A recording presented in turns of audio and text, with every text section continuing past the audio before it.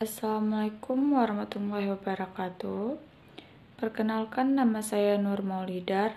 NIM saya 201110101036.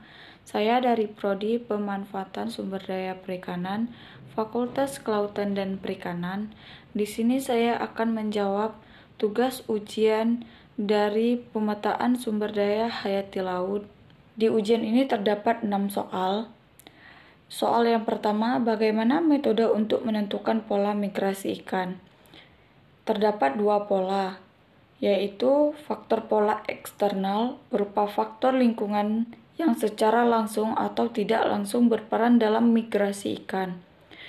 Faktor kedua, faktor internal, faktor yang terdapat dalam tubuh ikan.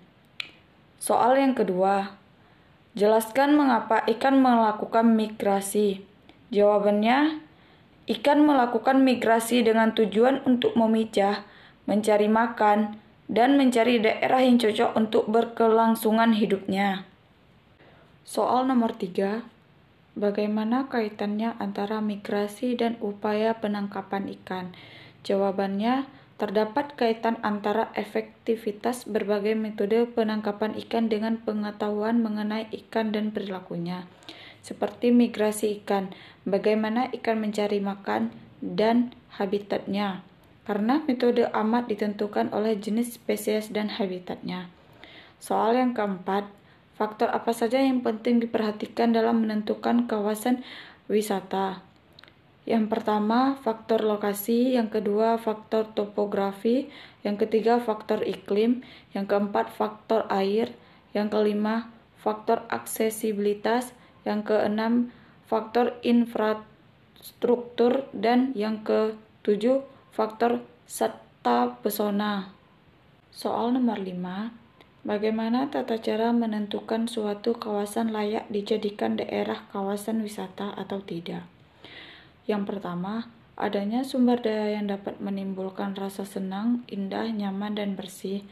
Yang kedua, adanya aksesibilitas yang tinggi untuk dapat mengunjunginya. Yang ketiga, adanya ciri khusus atau spesifikasi yang bersifat langka.